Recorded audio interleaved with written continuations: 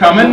We've got a nice audience here, and joined by the audience in DC. Great to see you guys. We have to do a little bit of an awkward pivot, so for me to see you, I have to turn like this. And I guess Neil, you do the same. There we go. So why don't we just do some quick introductions? I am Bill Adair. I am the Knight Professor of Journalism and Public Policy at Sanford. I also live in Washington, and as soon as this is over, I'm flying back to Washington, sort of the irony of this.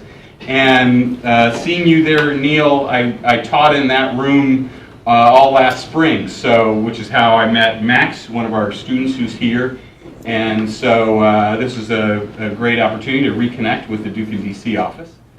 So joining me here in Durham is Nick Carnes from the Sanford School. You want to explain a little bit what you teach and your background? Sure. I'm an assistant professor of public policy at the Sanford School. I teach primarily on U.S. politics, and my research is about why so few middle class and working class people run for office and how that affects public policy. Great. So I work with Nick, and he was one of the first people I went to when I came to Sanford to figure out where everything is. Joining us also is Sunshine Hillygus, an associate professor of political science. Why don't you tell us a little bit about your work and Sure. what you do? Sunshine Hillygus, associate professor of political science. I also direct the Duke Initiative on survey methodology. My research focuses on campaigns, elections, voting behavior, survey methods, and so this is right in my wheelhouse. Great. Well, it's great to have you. And then joining us from Washington is Neil Newhouse. Neil, I know from his days as Jeb Bush's pollster and my days as a reporter for the St. Petersburg Times. And I have the highest regard for you, particularly, Neil, since you uttered those words in 2012 that this campaign will not be dictated by fact checkers. As the creator and editor of Politifact, that was like a money phrase, and we lived off that for a long time, so thank you. Bill, there are a number of funny stories right behind that. We were down at the convention, and it was Beth Myers, me, Eric Fernstrom, and I think one other person. And we all decided, as we go on to the stage, it was an ABC kind of programming, that we weren't going to make any news. We just like, well, no news, we're not making any news.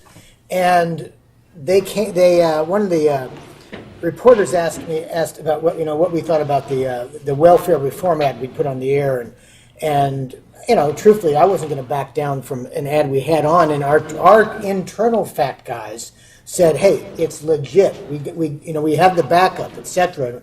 We got this." And so, my response to the question was, basically, we're not going to let these kind of quote unquote independent outside newspaper fact checkers dictate our campaign strategy. I didn't think I made news that day. Imagine my surprise when Stephen Colbert the next day featured me in a big picture, and my son, tweets it, it's like, oh my God. So now I have a full set of a mouse pad and a coffee cup with that on it. Oh, Neil, I've got to get one of those. That's a collector's item. So, what was so funny about that phrase was people would say to me, isn't that terrible that the Romney campaign says their campaign's not going to be dictated by fact checkers?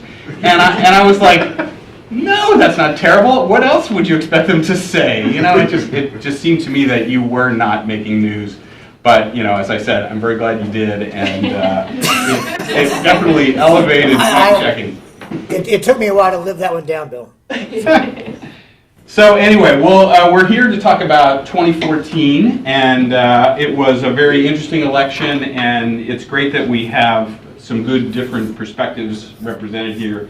Neil, I was noticing that your record in terms of just the races that we list in the announcement of this, you were 4-5 plus Louisiana still to be counted, and likely to go Republican. So obviously it was a great election from your perspective. Why don't we begin with some short comments from each of you. Neil, I think we decided you would start. Why don't you give us your perspective on the election, sort of looking back? Did it turn out the way you thought? What were the surprises? Whatever you want to say about it.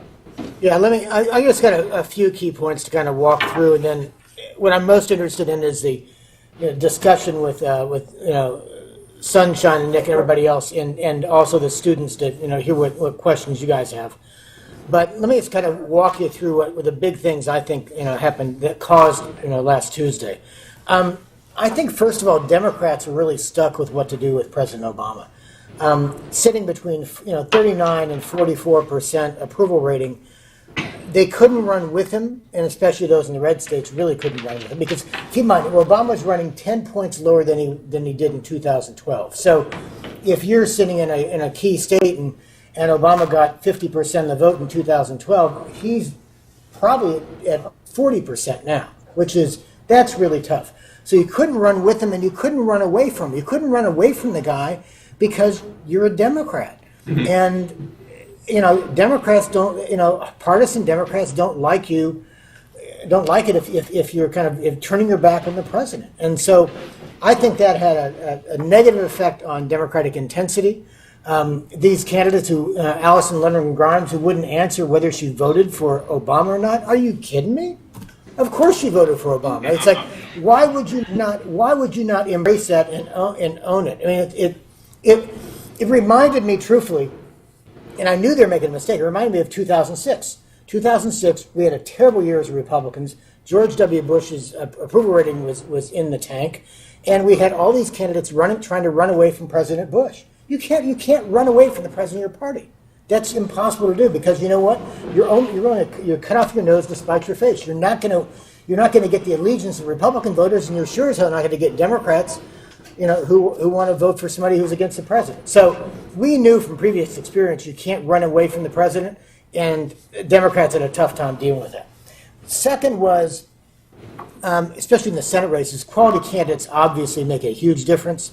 And I love the comment from the guys in the senatorial committee who said we weren't going to get Aikened or witched this election cycle, or Murdoch. We're going to protect our guys. They basically went out to make sure we had good candidates. They recruited them. They supported them, even in primaries, which is unusual. And in Mississippi and Kansas, they just flat out took over the campaigns and ran them to protect these guys. We could have lost Mississippi and Kansas in the general election very easily. Point number 3 was, I did the Romney campaign in 2012. We were a lot better prepared this time around. We learned our lessons. Everybody knew this was going to be a lower turnout election. So the Democrats who blame their losses on a low turnout elections are the same ones who talked about how their ground game would help overcome that low interest. I mean, it's technology only counts for so much in an election. Technology is not a strategy, and so it was. We learned our lessons in the ground game. We did pretty well. We still have a long ways to go, but we did pretty well. Point number 4 is I just wanted to focus on Colorado for a second about the war on women, and I'm sure we may talk about Mark Udall a little later. It's supposed to be funny. Sorry, guys. In that campaign, the war on women just went over the cliff. It was Mark Udall helped answer the question,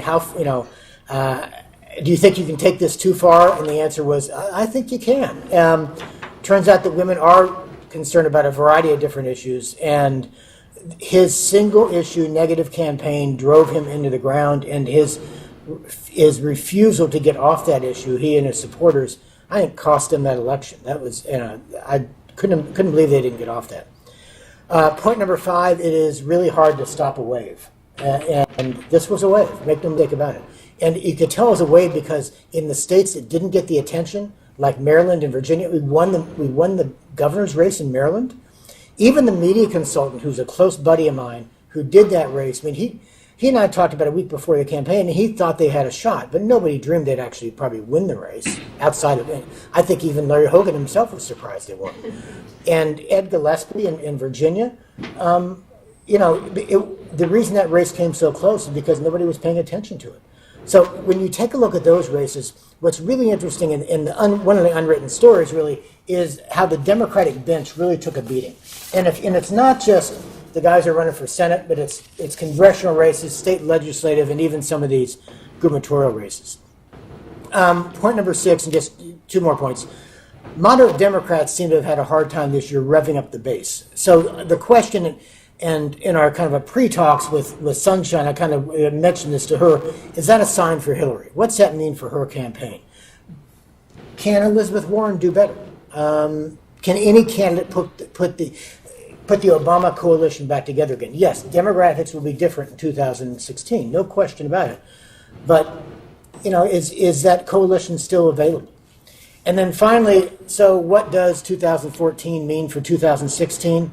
Well, it probably means the same thing for 2016 as 2010 meant for 2012, which is not a damn thing. What it means is if our side gets too cocky, we're going to get our butts handed to us in 2016, just like we did in 12. We have a long ways to go. We've made up ground as Republicans, and winning is always better than losing. And for those of you who, if you've been involved in the campaign, my strong advice to you is winning is always better, but losing is much, much worse than winning is good. Winning is always good, but losing really hurts a lot more, and it hurts a lot longer too. So that's my bottom line. I want to leave you with two numbers, 36% and 38%. 36% is the percent that Republican House candidates got among Latinos in this election. So an improvement from where President Obama, from where Mitt Romney was. 36% of the vote. 38% is the percent of the vote that Democrats got among white voters. So who has the bigger problem? And I'll turn it back to you. All right, thank you, Neil. Great. Those numbers will be great here to talk about. Particularly the latter one about white voters, I think is a really important point. Why don't we go to Sunshine, and why don't you give us your perspective on everything? Great. And I'll only make 3 points, Neil, instead of 8 or 10 there. Seven. So I want to make 3 points. One is about the polls, one is about turnout, and one is about 2016. The first is about the polls. In a lot of respects, I think the pollsters have gotten off the hook. They called that Republicans would take over the Senate, and so I've heard commentary of people saying the polls got it right this time around, when in fact they were actually really, really off. They overestimated Democratic support by an average of almost 5%, which is actually far worse than we have seen in recent election cycles. And so there's the question of why is this a big deal? Partly it's a big deal because everything we know about the state of polling today is that just out of the box you'd expect there to be a bias against Democrats. You're more likely to miss minorities and young people when you're calling landlines, for instance, with robo type polls. And so what that means is that the models got it wrong. So the likely voter models, the weighting, the assumptions and questions that pollsters apply to their samples to say this is the pool of people we think are going to turn out. Well, if those are rooted in expectations and assumptions on previous election cycles where you have higher turnout, then you can end up with the wrong answer. And so I think that's one of the issues with polls. The second is that the pollsters, there's no doubt, are chasing each other. And so we should have seen more polls with outliers, with calling these Republican races. And I have absolutely no doubt in my mind that the pollsters are looking at their own predictions and then going on 538, going on pollster.com and seeing where their numbers compare to others and making decisions about releasing polls or not, or changing their assumptions or not on the basis of what other people are finding. And that is a really, really detrimental thing to the industry as a whole. I'll talk later, I hope I get a chance to talk about exit polls.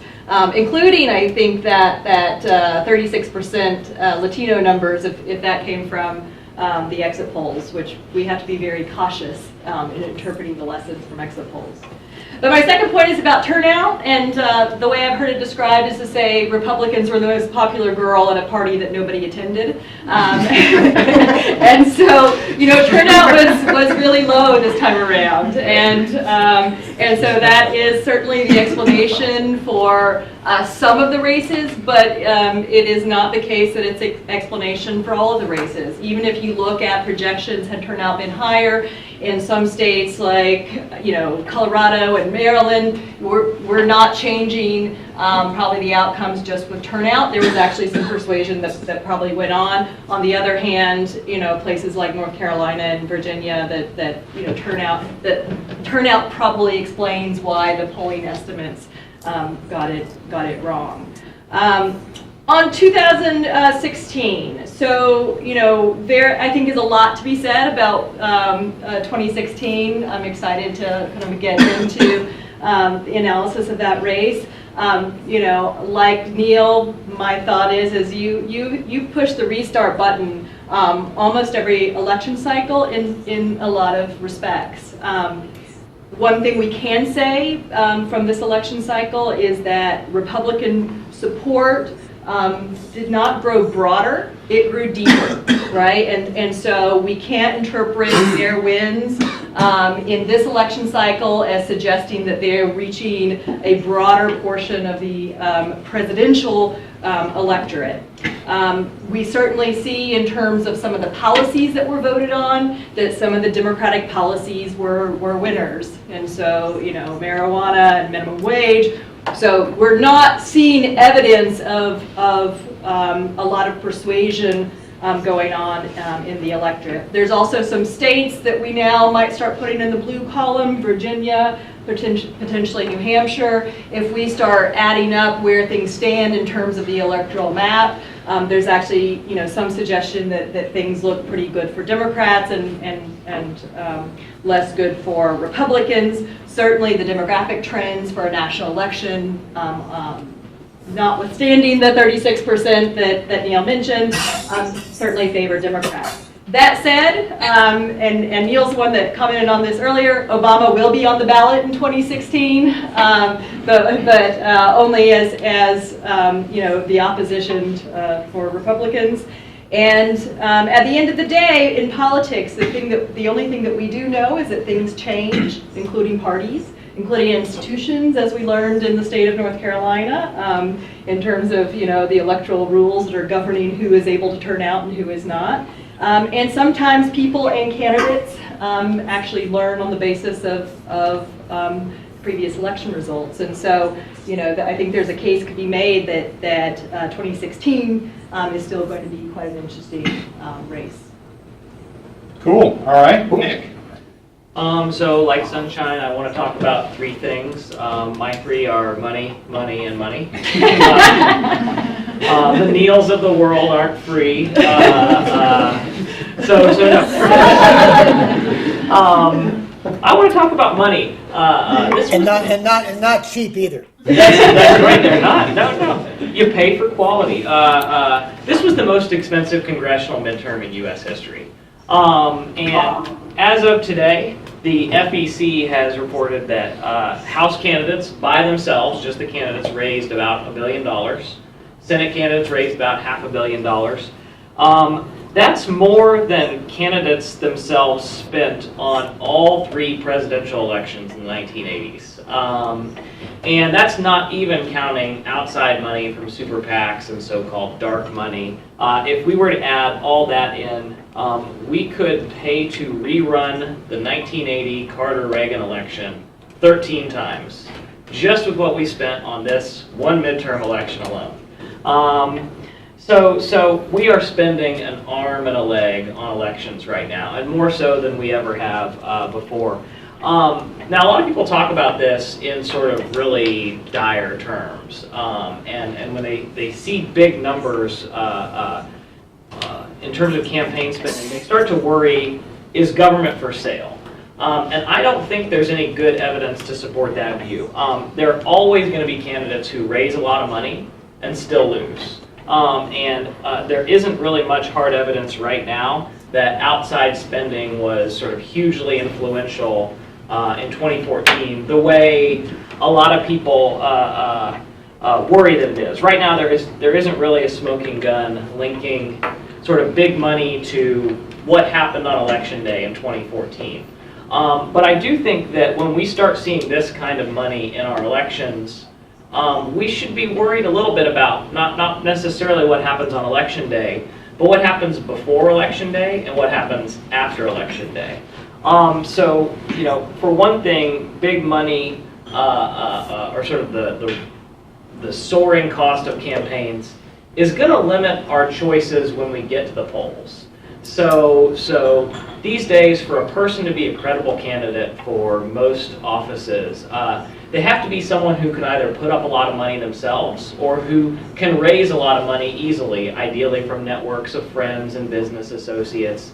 And so when we start seeing elections as expensive as this one, we're starting to get into a world where regular people are essentially priced out of their own elections. If you can't raise $1 million, $5 million by this time 2 years from now, you're essentially disqualified from running for the U.S. House. And that was true in 2014, and that's going to be true for the foreseeable future. So I think, you know, when we see a price tag that's an election price tag that's in the $3.5 billion range overall, we have to worry about how that affects the candidates who are going to run for office or who are ever going to be considered credible by gatekeepers, by recruiters. And I also think we do have to start asking about what happens after Election Day. So right now, U.S. House candidates are already going to start worrying about 2016.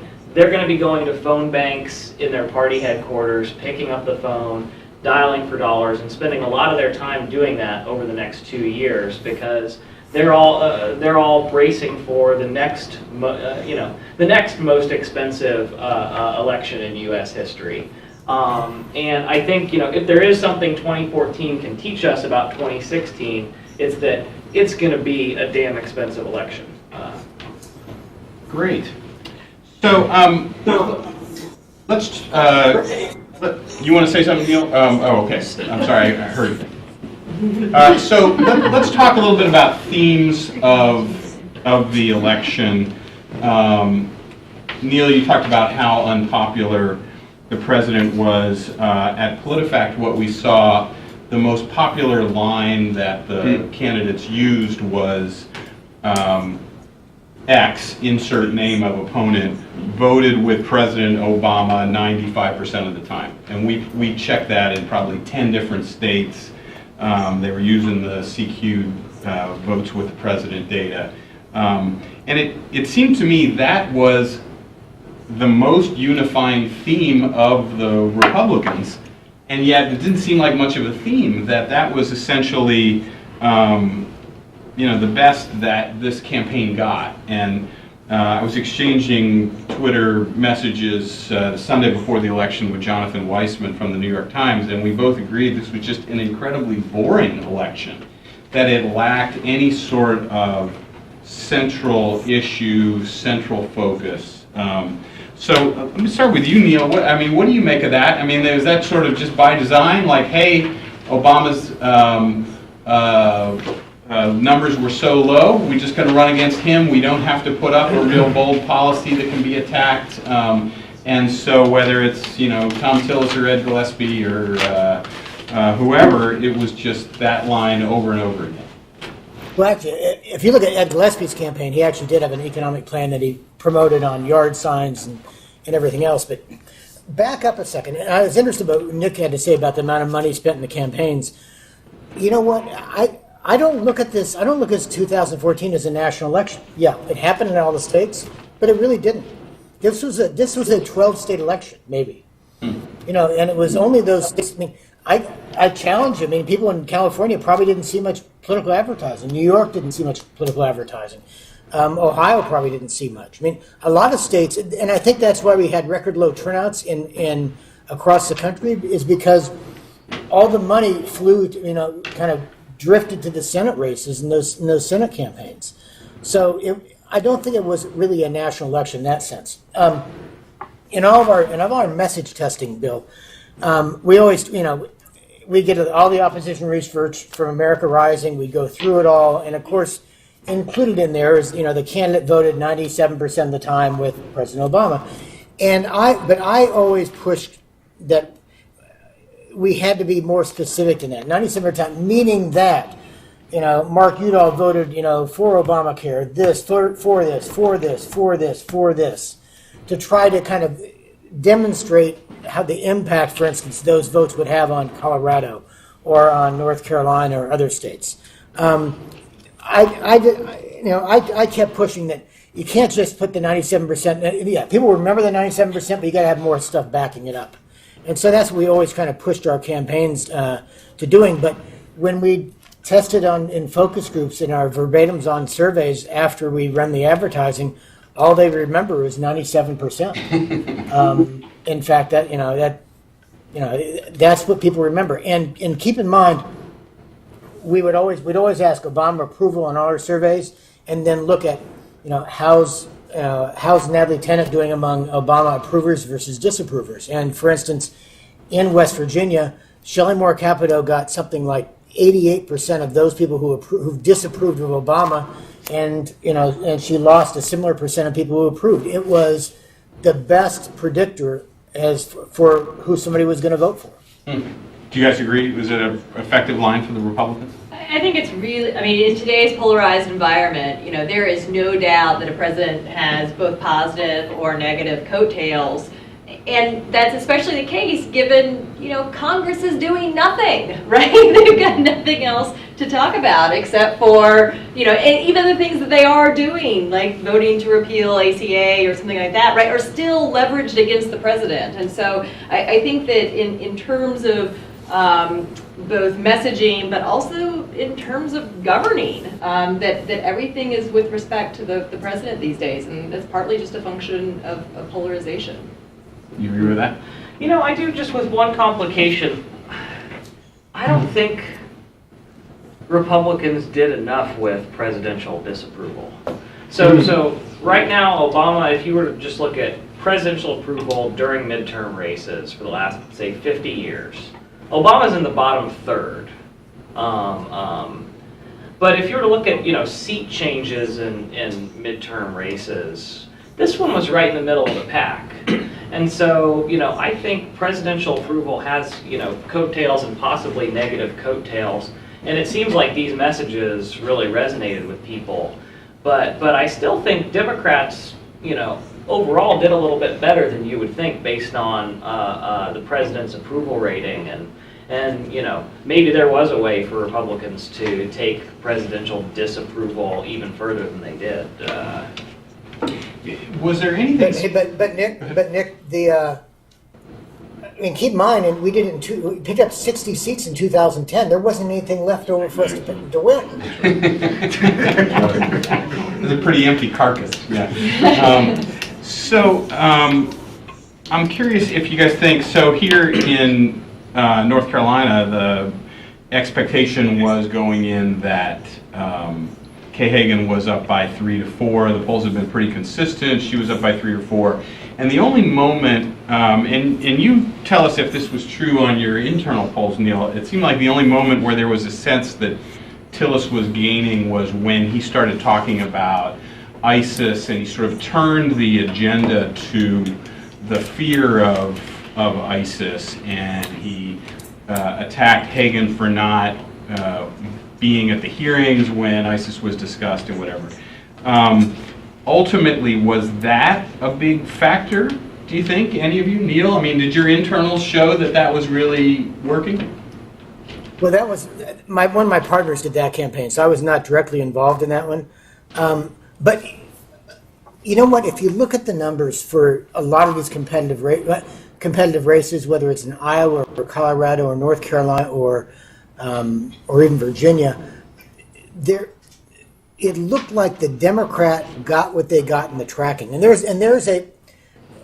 in polling we always give the benefit of the doubt to the challenger. So we always say if the incumbent's at 48% in the last track, that's where they're going to get. Now that's kind of changed in recent years, but what we saw in the polling last Tuesday and the results last Tuesday was if the if the Democrat was at 45%, and even if they were ahead 45, 44, they got 45%.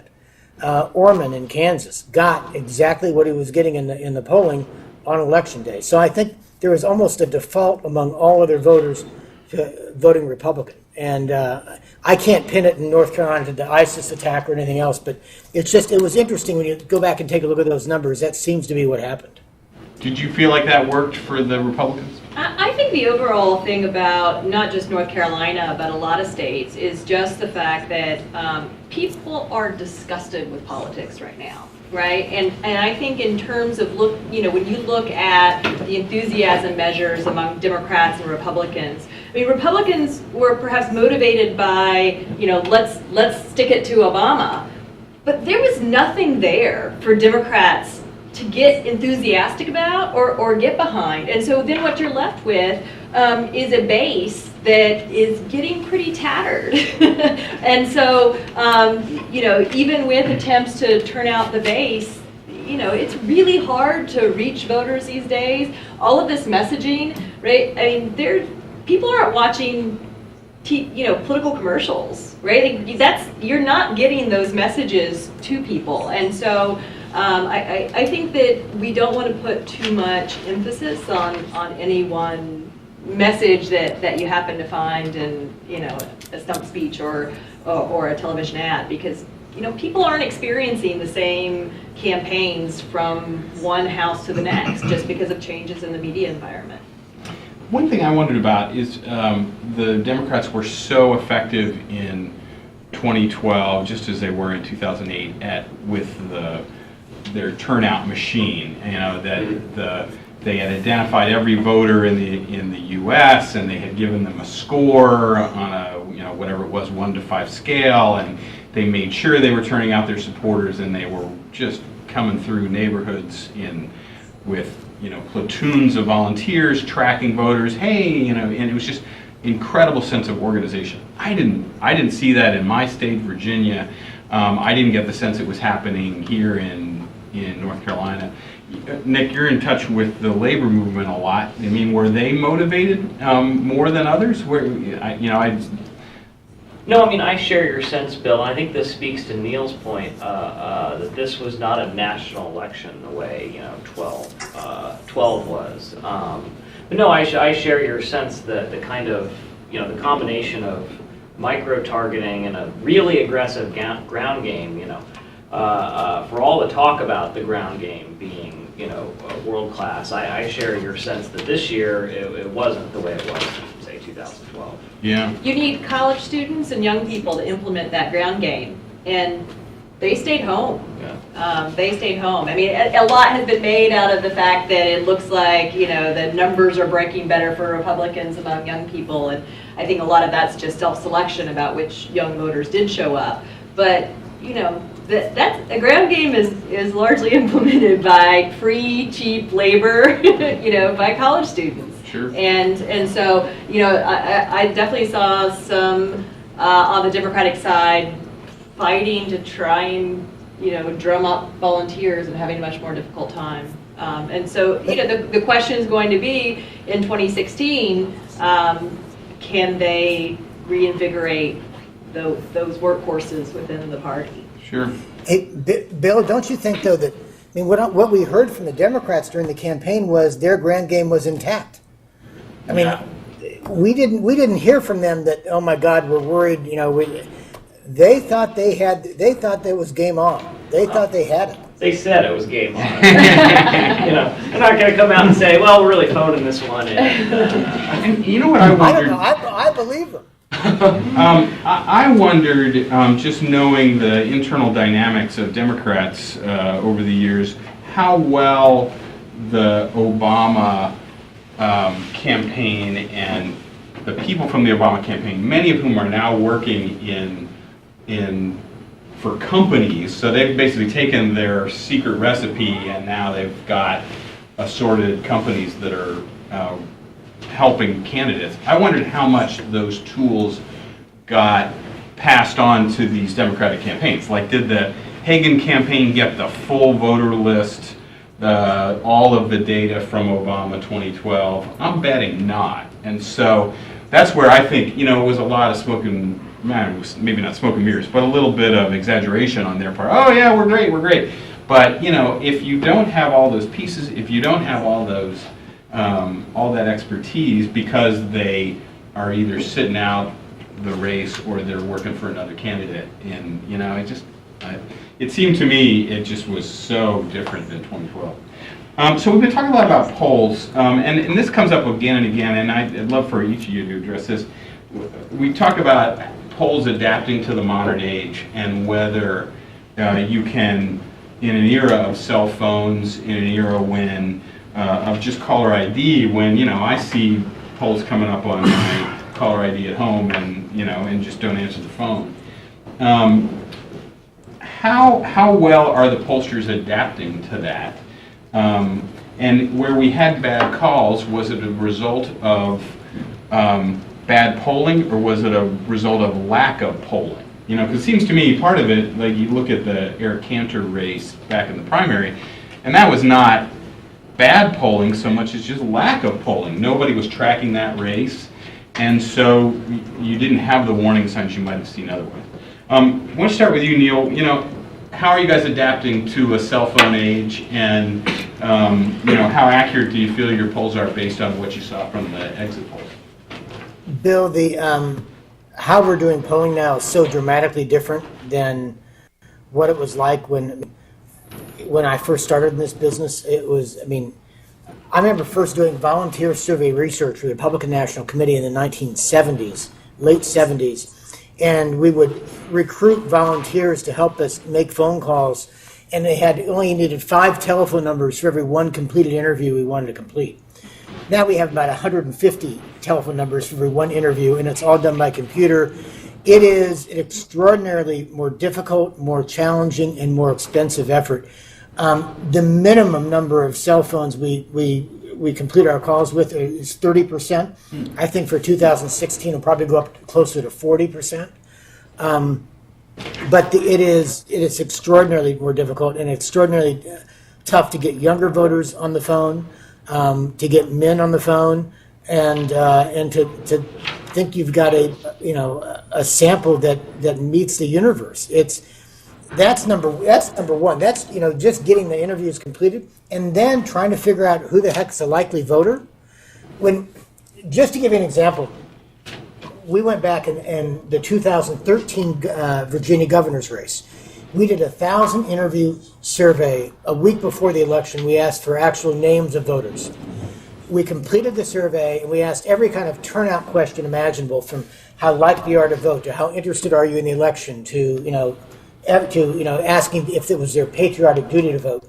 And then we went back and looked up if they actually voted or not. 40% of people who said they weren't going to vote did vote, and like a quarter of people who said they're absolutely certain to vote didn't vote. It was like, oh my God, they're lying to us. They have no idea. And so it is extraordinarily tough to try to figure out who's a likely voter, and you add that to the combination of making it more difficult to complete these interviews, and you see what kind of challenges pollsters have now. So are there things that the polling industry should be doing? Are there, what's the solution for Neil and his colleagues to try to have accurate polls? So I think one of the big difficulties is exactly as Neil said, is that the raw data coming in have to be adjusted and corrected, and there are models applied, and we don't have a great sense of the correct models. Whether you're talking about the model for likely voters, whether you're talking about the model for weighting up to the electorate, whether we talk about how we combine cell phone only and what percentage that should be with those that are landline. All of those things are open and I would say scholarly questions that need research. And what we have found in the past for scholars doing public opinion research aimed at these type of questions is that often we can't answer those questions that we need to answer because everyone closes shop, right? Everything is proprietary. There's not enough transparency in the methods that are used in the pre-election polls for us to be able to then scrutinize them and advance the body of knowledge that the polling industry is basing their work on in the next election cycle. And so there has been an effort by some to try and build on knowledge, because at the end of the day, right? I mean, we're all in this industry together, whether you're on the left or the right, or a scholar or a journalist doing a media poll. Is that there is a lot still to learn about what's the right way to adjust these numbers and do polling in a way that is scientifically valid. Mm. I mean, they need to figure it out, though. I lost a bet on election night. So. I won one.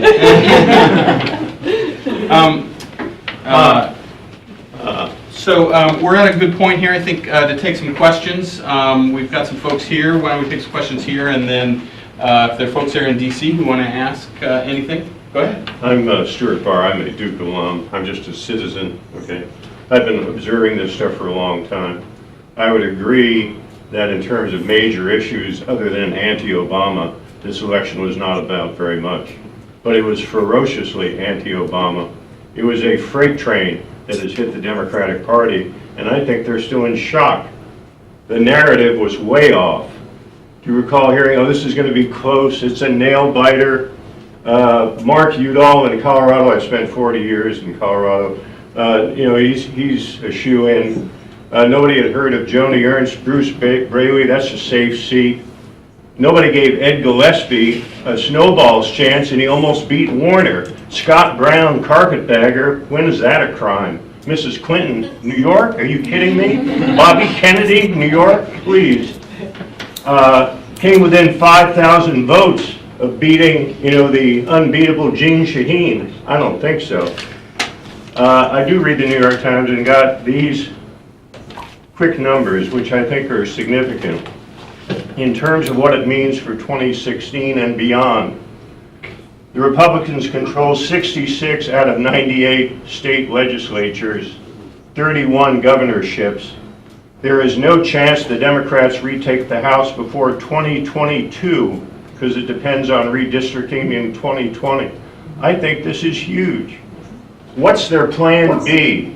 If for whatever reason Mrs. Clinton doesn't run, who've they got? There is no Democratic bench. Who are the young candidates?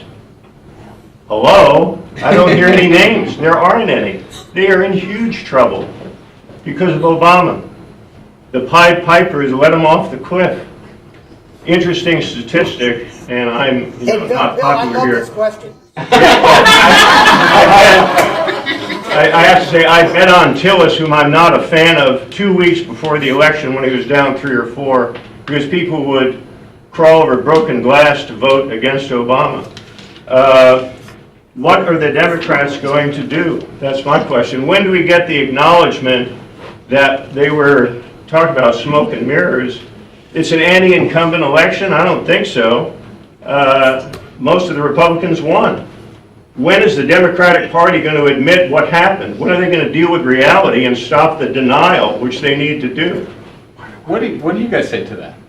So I would say that one of the unfortunate things that we saw in this election cycle is that the CYA approach for Democrats, right? Like I'm gonna run away from Obama too. I'm going to not admit whether or not you voted for Obama or not. That strategy, all you're gonna do is you're gonna piss off the people to the left, and you're not gonna convince the people who are to your right. And so I think what that meant, right, is that you had a lot of people who were frustrated with this inability to capitalize on anything that they could have said was good going on, right? And everyone instead just piling on pointing fingers and pointing blame. And so, I think that there's the next election cycle, right? Like, I'm not sure it's the best thing that Clinton would be the nominee. Because in a lot of respects, right, that's not a new face. I mean, when we saw Obama come forward, part of what a lot of the enthusiasm was just about the fact that he was somebody new, and so. And age. Age, sure, and somebody different and less baggage. I think there is a sense that people would like to look outside of that. You know, not just look at the backbench, right? But look even further out. You know, it's not clear to me that the strategic environment is one in which, you know, the Democrats' best shot is Hillary Clinton. Seems like voters have a very short attention span in the sense of, oh, I like this guy, not anymore. Oh, I like this guy, I don't. Now I like her, not anymore. You know, it just seems, I don't know. Neil, is there a phenomenon there that we just don't, we can't stay interested in a politician? Is it just such a negative world in terms Well, of... you know, I'm not sure they can't stay interested in politicians. I go back to, I think it was what Sunshine was talking about in terms of how negative Americans are toward the direction of the country and towards politics in general. There's simply a dysfunction in Washington. And voters look at this. We've done a lot of work among Walmart moms who represent about 12 to 14% of the electorate. And they're numb to what's going on in Washington. It's like the Charlie Brown teacher, blah, blah, blah. It's like they're not hearing anything out of D.C. And whatever they do hear is all negative. So I think there's just a numbness because there's a sense that nothing ever gets done here. But let me go back to Stuart's question for a second. I thought one of the more interesting things I hadn't really thought about was in since Obama became president, Democrats have lost something like 75 seats in the House and 13 U.S. senators. Mm-hmm. Wow, that's a remarkable number. So I mean, in terms of the loss of support in his party, and looking ahead, the new face I would propose to Stuart from the Democratic side. I would love to see Elizabeth Warren and Jeb Bush. That would be a great race. I'd pay money for that one. What do you think of that race? I don't think she could be elected dog catcher outside of Massachusetts. Seriously. I recall Pat Schroeder and her brief fling at the presidency. And I said at the time she couldn't be elected dog catcher outside of Denver. And she wasn't. She never was. Shocker.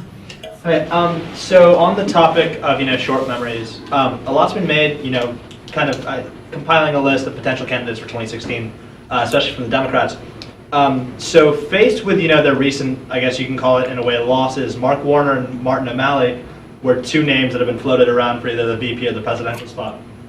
Do you think, for all three of you, do you think kind of the way that the races went, I guess Martin O'Malley post, his successor getting killed, and Mark Warner having a much closer race, do you think that affects their future political aspirations in the party? Memories are short, so yeah. I mean, I guess the question would be, does some of the shine come off in terms of those who are the big donors and behind the scenes? But voters' memories are short.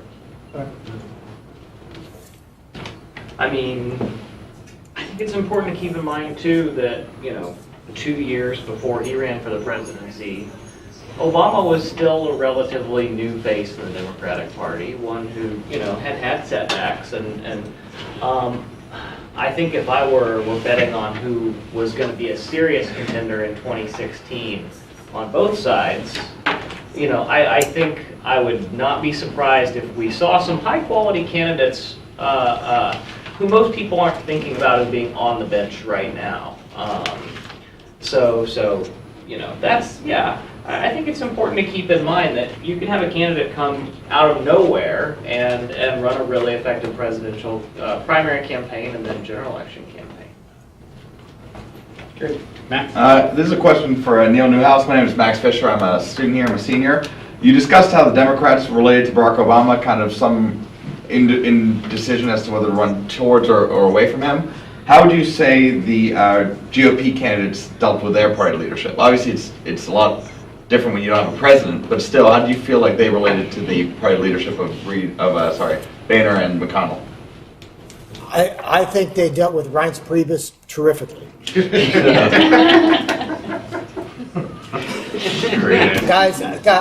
Guys, nobody knows who the hell Mitch McConnell is and John Boehner is nationally, and they don't care. I mean, when we did our focus groups, again, these Walmart moms, they couldn't name a single leader in Congress, Republican or Democrat. It's a non-issue unless there's a polarizing figure. We tried to polarize. We tried to kind of set Tip O'Neill on fire back in the in the early '80s when I was running campaigns back then, and it didn't go anyplace. And nobody knows who the hell John Boehner is. So it's a non-issue. It's not there's nobody out there on our side that has the image that President Obama has, and that's impacted people like he has. What the Democrats tried to do, and they did so relatively effectively, was they tried to demonize the Koch brothers and the Koch brothers' money. Now, I'm sure Nick can speak to that, but I think there was a considerable amount of money spent by super PACs in order to do that.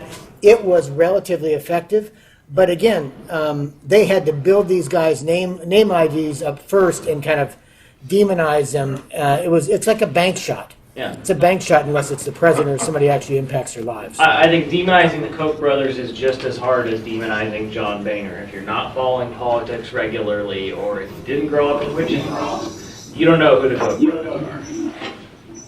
So we got about 5 minutes left. Let's talk finally about Hillary. Bill, we have some questions up here. Oh, you do? Okay, I'm sorry. I'll get closer to the mic. I had a question for... You have to identify yourself first. Sorry, my name is Jenny Bedane. I'm a Duke alum. And I have a two-part question regarding the Maryland gubernatorial race. One for Nick. I was wondering what your thoughts were on the fact that Larry Hogan actually took public financing for the race and was drastically underfunded. And is that in any way a model for what other campaigns can do as far as your concerns with money in politics in the future? And then the second part of the question regarding Maryland is, if we think that the loss there is going to be having huge impacts on O'Malley, if he has any presidential ambitions and what those impacts would be. Well, on the public financing side, it illustrates how challenging it is to make public financing work in this country post Citizens United, and it's if you're a candidate, it's a very hard decision to make to accept public funding. Obama couldn't do it forever, and so I think it underscores the point that public financing with the option to back out of it isn't really a public financing scheme. Candidates are going to face enormous strategic pressures not to participate in a public financing system if their opponent has that option too. Yeah. So you think Hogan was just an anomaly, that he was able to pull it off? I think I wouldn't look for that model to show up everywhere. Yeah. Yeah, and I agree. That was an anomaly. Yeah. There's no way this guy could have done it. And the reason he took public financing is because you couldn't raise the money. So, yeah, that's not a. And in terms of what it does to O'Malley, O'Malley's done. I mean, he's toast. Plus, he comes from Maryland. I mean, who wants a VP from Maryland?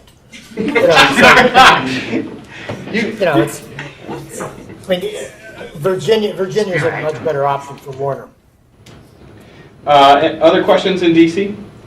Yeah, there's another question here. Do you think if you go back and look at the federal experience of presidential candidates before they entered office, starting with FDR, the mean federal average is like 11 years of experience before assuming the presidency. President Obama had barely a year and a half of any federal experience and no management experience, whatsoever. And I think that may have caught up with him in this past election. Any comments on that?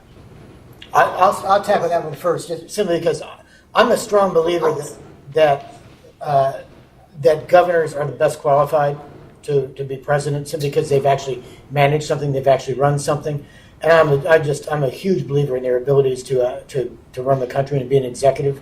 And yeah, did it catch up with Obama? Terribly. and we tried to bring that out in the 2012 campaign, drawing the contrast between Mitt and Obama, but voters in our focus groups, they didn't want to close the door on Obama's presidency. They wanted to give him a chance. And what we've seen in the last 2 years is just, it's still going no place. So I think that lack of experience and lack of having the right kind of experience is something that voters are going to look to correct in the next election.